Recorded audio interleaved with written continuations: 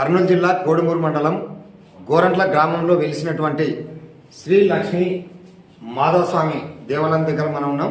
తర్వాత ఈ యొక్క ఆలయ చరిత్ర తీసుకుంటే గోరఖ మహాముని అనేటువంటి మహాతపస్వి ఇక్కడ తపస్సు చేయడం వల్ల గోరవంకాపురం అనేటువంటి పేరు వచ్చింది.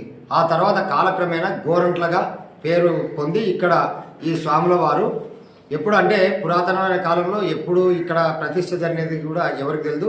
కానీ మన ఆలయ చరిత్ర ప్రకారం చూస్తే విజయనగర రాజుల కాలంలో అభివృద్ధి చెందిందనేది చెప్పేసి చెప్పుకోక తప్పదు. అయితే ఈ గోరంట్ల మాధవ స్వామికి మామూలుగా తాపిత్ ధర్మారావు వీళ్ళు రాసినటువంటి గ్రంథాలను మనం ఒకసారి పరిశోధిస్తే దానిలో గోరంట్ల మాధవ స్వామి గారికి ఈ యొక్క ధూపదీప నైవేద్యాలకు కావచ్చు, ఈ యొక్క కార్యక్రమాలకు కావచ్చు దాదాపుగా 1800 ఎకరాలు ఆనాటి విజయనగర రాజులు కేటాయించినట్లు చరిత్ర చెప్తా ఉంది.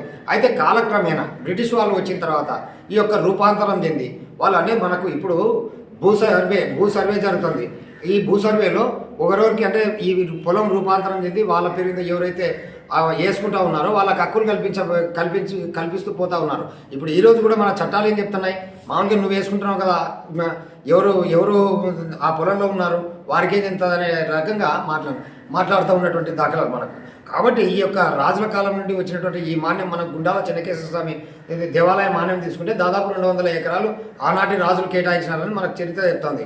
అంటే కాలక్రమేణా ఈ యొక్క పొలం రూపాంతరం చెందుకుంటూ రికార్డులు మారడం వల్ల లాస్ట్కు మిగిలినటువంటి పొలం ఈ యొక్క ధూపదీప నైవేద్యాలకు కావచ్చు, పూల అలంకరణకు కావచ్చు, ఈ యొక్క ఆయకట్లు అనేటువంటి వాళ్ళు ఎవరైతే ఉన్నారో వాళ్లకు మొత్తం పొలం దాదాపు 470 ఎకరాలు వాళ్ళకు పోను. ఓన్లీ దేవుని పేరు మీద 30 ఎకరాలు మాత్రమే నిలిచిందనేటువంటిది మనం దేవాదాయ శాఖ వారి ద్వారా తీసుకున్నటువంటి సమాచారం. అయితే ఈ క్రమంలో దేవాదాయ శాఖకు అనేక రకాలుగా అభివృద్ధి చేస్తామని చెప్తున్నారు. కానీ బయట చూస్తే మామూలుగా గాలిగోపురం అప్పటి కోట్ల విజయభాస్కర్ రెడ్డి గారు ముఖ్యమంత్రి ఉన్నప్పుడు గాలిగోపురానికి ఈ యొక్క రంగులు వేయడం తప్ప ఏంది అభివృద్ధి జరగలేదు, అభివృద్ధి శూన్యమని చెప్పి చెప్తా ఉన్నాను. అన్న మీ ఇంటి దేవుడు అన్న మీ పేరు? నా పేరు గోపాల్. మీది ఏ మండలం? శ్రీరంగం. మీ ఇంటి దేవుడా? తర్వాత ఈ యొక్క దేవాలయానికి అనేక రకాలుగా మాన్యం ఉన్నప్పటికీ అభివృద్ధికి నోచుకోవడం లేదని చెప్పేసి ఇక్కడ విమర్శలు వస్తుంటాయి. మీరు తర్వాత దాన్ని ఏం చేస్తే బాగుంటుంది అనుకుంటుంది, మీ అభిప్రాయం చెప్పండి. ఎండోమెంట్ బాగా ఎక్కువ శ్రద్ధ తీసుకొని డెవలప్మెంట్ బాగా చేస్తే ఇంకా భక్తులకు ఇంకా సౌకర్యం కల్పిస్తే బాగుంటుంది. ఎందుకంటే చాలా మంది వస్తారు. తిరునాళ్ళప్పుడు కూడా భోజన సౌకర్యాలు బాగా ఫ్రీగా బయట పెట్టి కూడా అందుబాటులో జనాలు ఉంటారు. మీరు ఎన్ని రోజులకు వస్తారు సార్? మేము ఎప్పుడు పడితే అప్పుడు ఇప్పుడు మంచి రోజు కానీ ఏదైనా పిల్లలు స్కూల్ అట్లా పట్టుకోవడం కానీ ఏదైనా కార్యక్రమం అంటే ముందు దేవుడు. మీ పేరు? నా పేరు గోపాల్. ఇక్కడ మరొక భక్తుడు ఉన్నాడు. తర్వాత వీరి యొక్క ఆరాధ్య దైవమా ఏందని తెలుసుకోవడానికి ఒకసారి సార్ మీ దేవుడు? కర్నూలు సార్. కర్నూలు. పేరు? రూపానంద. ఓకే. మీరు ఎప్పటి నుండి అంటే ఎప్పటి నుండి? ఇప్పుడు మా నాన్నగారు నుంచి స్వామిని అప్పటి నుంచి చేస్తున్నాం. ఎప్పుడు వరకు అప్పుడు వస్తున్నాం, తిరునాళ్ళకి వస్తుంటాం. ఇప్పుడు ఆలయానికి అనేక రకాలుగా ఆదాయం ఉన్నప్పటికీ ఈ ఆలయాన్ని డెవలప్మెంట్ చేయడం లేదు అనేటువంటి ఒక ఆరోపణ ఉంది. తర్వాత ఈ ఆలయాన్ని ఎట్లా చేస్తే బాగుంటుంది అంటారు? ఇప్పుడు ఏమంటే ఈ ఆలయాన్ని బాగా పట్టించుకునే వాళ్ళు సరిగ్గా లేరు. ఇక్కడ సర్కులర్ బాగానే ఉంది కానీ కొద్దిగా ఇంకా బాగా డెవలప్ చేయాలంటే మంచిగా ఉండి చేయాలి. అందరూ కలిసి మంచిగా ఉండి చేస్తేనే పనులు లేదు. సౌకర్యంగా లేదు, చాలా తక్కువ ఉంది. మా మీది ఎవరమ్మా? కర్నూలు పక్కన బీతాండపాడు గ్రామం.